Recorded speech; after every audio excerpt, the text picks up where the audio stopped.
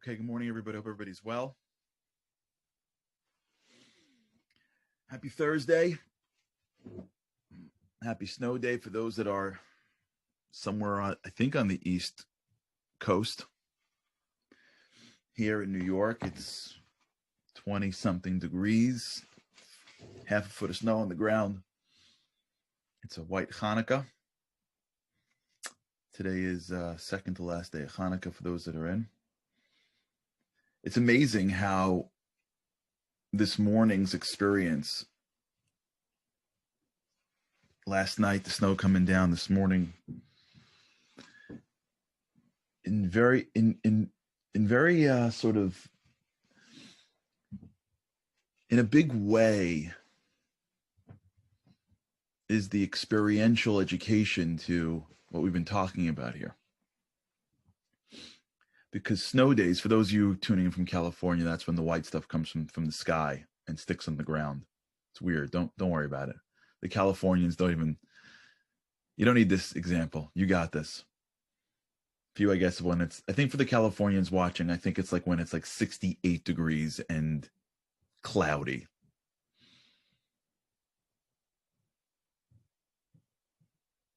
Snow days mean different things to different people. To the parents, let's say for those who are traveling, it's total fear. For those of you who know about, for the travelers amongst us, you know what I'm talking about. Snow days are panic, because that means you could sit in an airport all day or things can get canceled. You're totally and completely like subject to the weather. For those of you who are like have stuff to do, it's just, I guess, an annoyance. Harder to drive, hard to get the car in, things are slower. But when it comes to like the kids, it's like a holiday. Snow day's greater than so snow day's the best day of the year. This year there was panic in my house. I want to share with you, because usually when there's a snow day you're off, but this year, because we've been able to develop Zoom capacity, kids were all worried that they would still be schooled, they'd just be on Zoom. But thank God the tension was relieved when the schools sent out a note saying, no, it's a real snow day. Each group of people react to the exact same circumstances in very different ways. Now, when you're younger, that's easy because, like, you don't want to do it. Remember, we spoke about this. There's no goals. You're not heading in a direction. And so the ability to not have to be forced to do something is joy. I don't want to go to school. I have to go to school. My parents make me go to school. These are exotelic behaviors. I don't have a goal in mind. I am not purposed in my activities. So I'm excited when I'm free from them. Kids are pumping. For those that have things to do, you don't want to get slowed down. And we all think we know where we're going every day. So when something comes to slow us down, it annoys us, because we all know exactly where we're going. Now, this is really the rub. And if we can like get underneath this, it's going to really, I think, break something open for us. To really achieve this autotelic behavior that we're talking about, to really get into the world of immersion, to really get to this place of, I believe, optimal life performance, there's a crossroads between I'm going somewhere. I'm purposed. I want to be great in my office today. I want to be great in my relationships today. I want to be great in my spirituality today. I want to be great in my health today, which is what we've been talking about. Purpose. Before you walk into something, you're thinking about it. The ability to go deep into the pool, into the ocean. The ability to allow our minds to capture the nuance of what's in front of us, which is what these past 3 shows were about, right? Going past the variety to the greatness, greatness is always boring.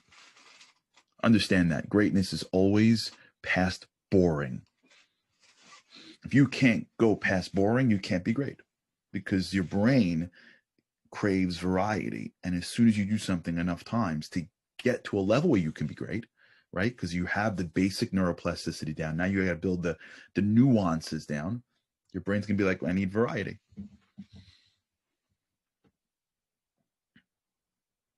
So all of this stuff really sits between two crossroads.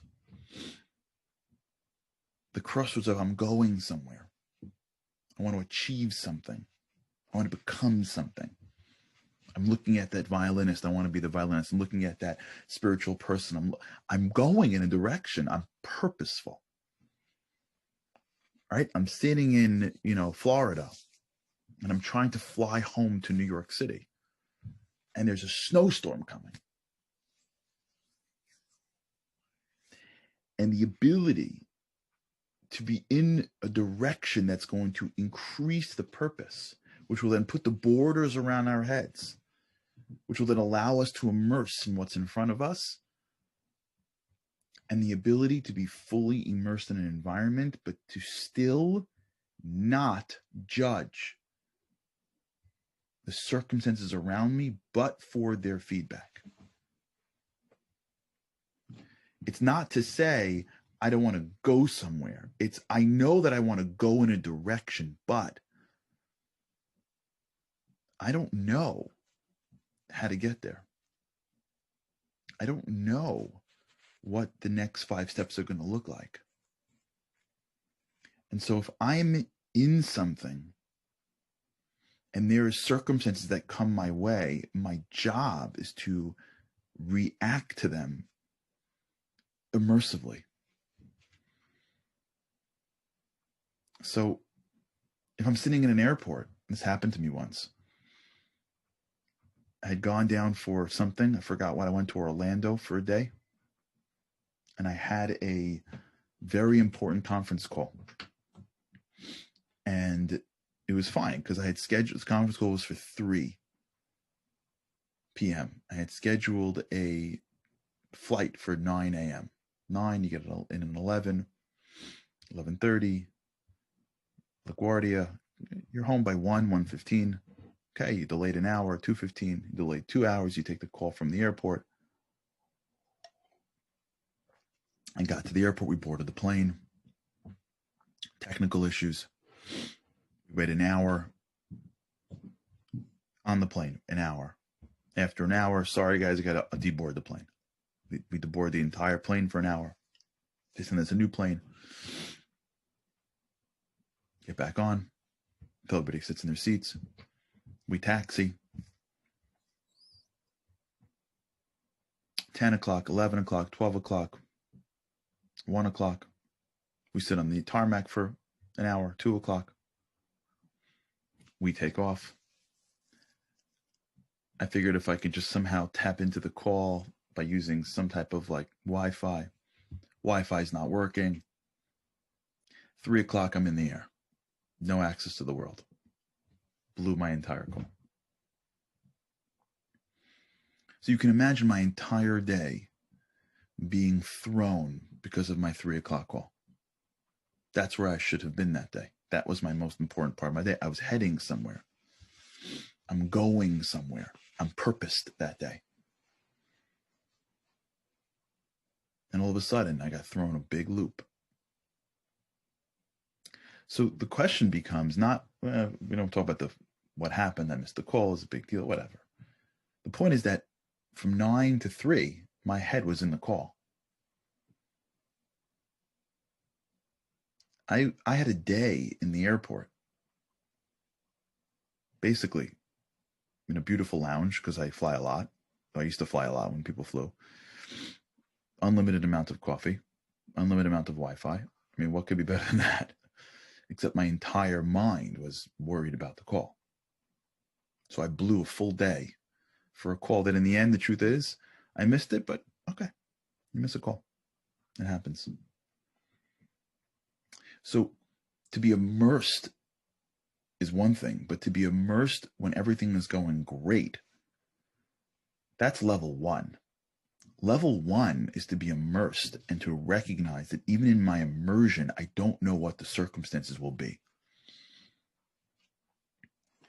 So this is back to flow, right? We're building a 4-step process to immersion here. immersion, right? We spoke first about setting goals, purpose. Purpose allows you to allow yourself to get lost. Number 2 is being immersed in the activity, right? This is what he said over here.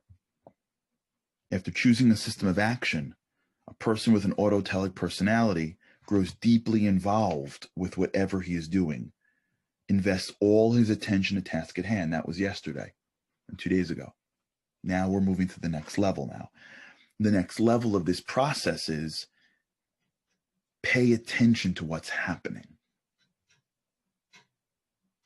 Concentration leads to involvement, which can only be maintained by constant inputs of attention. You have to be fully immersed, but paying attention to what's happening in front of you, because what's happening in front of you is part of the immersion. This is like the next level of whether or not we believe we control the world, we believe that the world is controlled by something outside us. If you believe that you control this world, you're going to be disappointed in life because you don't.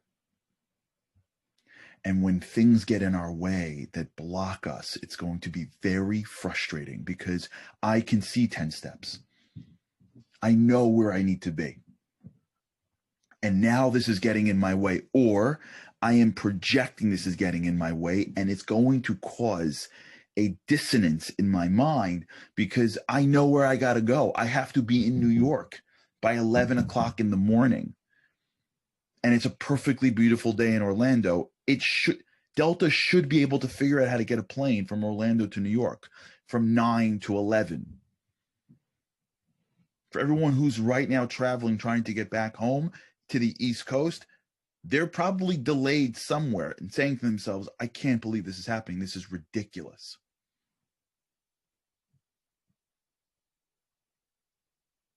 And when we live immersed in our activities, we can get lost in seeing, I can see the future, thinking that I know where I'm going, missing that immersion means you are immersed in where you are without judging. And this is so difficult. This is impossible for all the type A's out there. And for all of you out there thinking, are you insane? But you're not saying it. You're thinking, oh, that's really important. I like that. But you're thinking, are you nuts? I know, because as I'm saying it, I'm thinking, am I nuts? I'm constantly thinking about what's going to be. I don't think I've ever sat to pray. I don't think I've ever gotten to pray without in the middle of my prayers being like, is this going to work out? Is that going to work? Oh my God, I got to call something. Even now, I'm thinking of like 5 things that need to get done by next week. I'm thinking, did it slow it down? Is this going to come? As I'm speaking, my brain is like, wait. But this is all wrong. That's why we have the boost, because at least for 20 minutes a day, we can pretend and we can try, we can aspire to how you're supposed to live your life. It's okay to plan. It's okay to envision so that you can adapt. Time to think, time to act. But when you're living your life, your success comes in your immersion. And what it means to be immersed means that you are reacting to the inputs around you. The flight's delayed. I can't control the flight. Okay, how do I make the best out of the flight being delayed? And I'll go one step further. There's got to be good here too. There's got to be something that I could draw out of this that I couldn't draw out of before. Hopefully everybody is healthy and well from this whole COVID stuff. If you experienced COVID in a way, I'm not going to get into loss of life. Everyone should be healthy and well. If you had an experience with COVID since the last year, where thank God people were healthy and well, thank God. And during it, there was tension. Looking back, you may be thinking, I wish I would have appreciated that time more. When we go through things with judgment because we think we know where we're going. And we think we know what gets in our way. But once we're going through, we have to realize that the thing that we're going through that comes at us could be the best path. We just don't know it yet. Or the thing that we're worried about may dissolve in the future. Or the thing that we're sure is going to blow up may not be as big a deal. Especially if we can't control it. Especially if it's a snow day.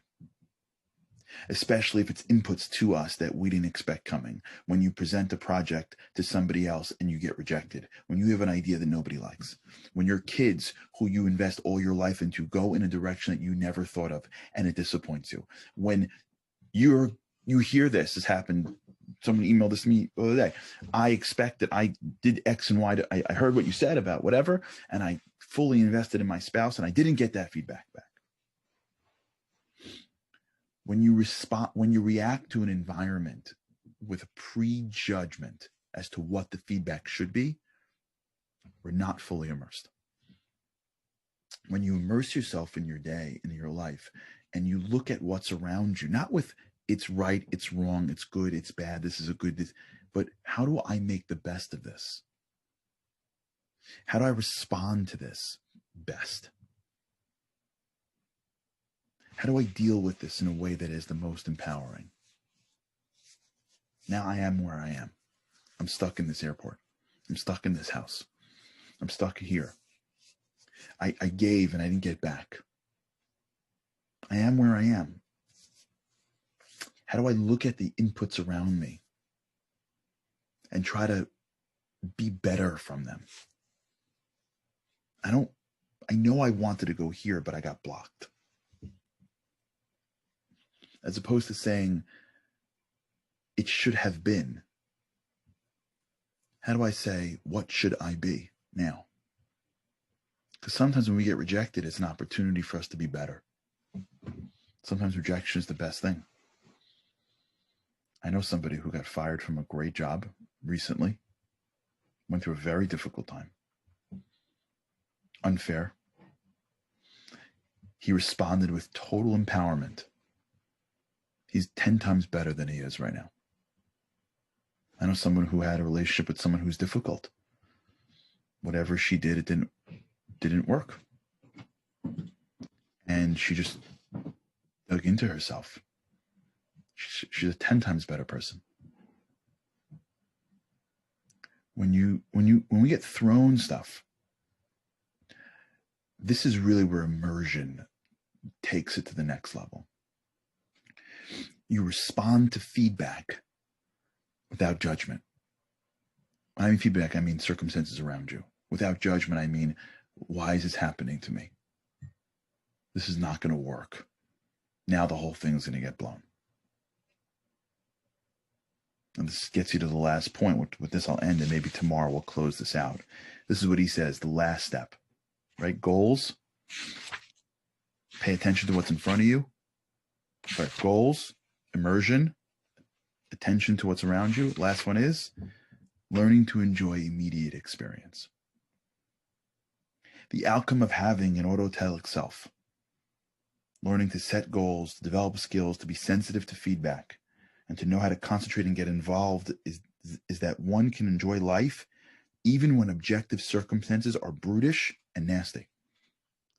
Being in control of the mind means that literally anything that happens can be a source of joy.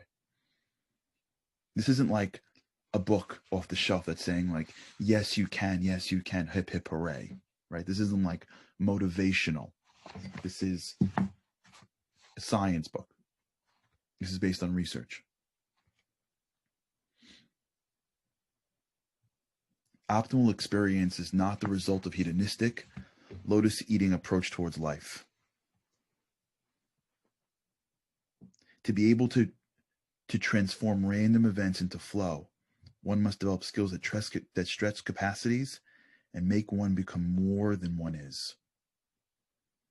That's what this all is. With recognition that what we really want in life, the satisfaction in life, comes by stretching ourselves constantly. Not too much that we break, but not too little that we stay comfortable. And when we immerse in activities, we give our brains the direction to use our bodies in ways that is most productive. But when we immerse in something, when I mean immerse, I don't mean we're just focused. I mean immersed meaning we stop judging I'm not there yet. I'm not there yet. It's not done yet. It's not done yet. I'm not should have been. It will be. Is he winning the race? Is she ahead of me? Did I do this yet? Oh my God, I know I have to be there. All of that noise. There's like the Instagram noise. There's the social media noise. Then there's the if only noise. Very good, YCL. It should be, if only, how come, the judgment. That's all noise. Versus, this is where I am. This is where I am. I got to delve deep as I can to become the best at this moment. Sometimes I'm going to choose the moment. I'm going down the road and I'm stopping and I'm choosing. Sometimes it's going to choose me. I should be here, but now I got stopped. But once I realize that my task is the same, to be here and to be the best that I am at the circumstances, I'm reacting to the circumstances. I'm a samurai warrior. Whatever you throw at me, I'm able to react to. I'm reacting to the world around me by just the world around me and trying to be the best that I can in this moment. What's happening is we are delving in, we are clearing the noise, and we are allowing our potential, our real self to come out. This, by the way, was the story of Joseph, for those that will be around tomorrow during Timeless Lessons, with God's help. And talk about that. This, by the way, is the story of a lot of great people's lives. I forgot where I saw this quote, but it was from one of the people that joined Chiefs of Staff, said, I became a success in life despite my best efforts. You hear that? Despite my best efforts, meaning most of the things that happen in life come out of nowhere. Not nowhere, it's God, but we can't see it. If you look at your life, you'll see that a lot of things that come at you came out of nowhere. Opportunities, situations. And your ability to be successful comes by being able to go through it and not judge it. Because sometimes it's in these snow days that you find stuff that you couldn't find in a regular day. I'll end with a line from King David. Today's Hanukkah. And in Hanukkah, we say a prayer called Hallel. Hallel is a special prayer, day of praise, a special praise prayer. King David said, I'll say it in Hebrew and I'll translate. He said, Zeh hayom hasa Hashem nagila v'nismacha bo. He said, this is the day that God made. Let's rejoice in it. Rejoice and be happy in it. I think it was Zig Ziglar, to be honest with you. I think it was Zig Ziglar, who was a religious man, said, he quoted Psalms, this exact line, who said, this is the day that God made. Today, just today. Not tomorrow, not the next week. I got today. Let me rejoice in it. Let me find happiness in this day. Let me find greatness in this moment. Because every moment is pregnant with greatness, if we can just figure out a way to bring it out. That's immersion. That's how it really works. Okay, tomorrow we'll close this out. Happy Hanukkah. Happy snow day, wherever you are. Try this today. If your life is slowed down by circumstances around you, whether it's actual snow or it's just conceptual snow or whatever it is, try for a moment to stop, take in the feedback without judgment, and be the best we can be in the circumstances that we're in. All right, have a great day. With God's help, can't wait to see you again tomorrow.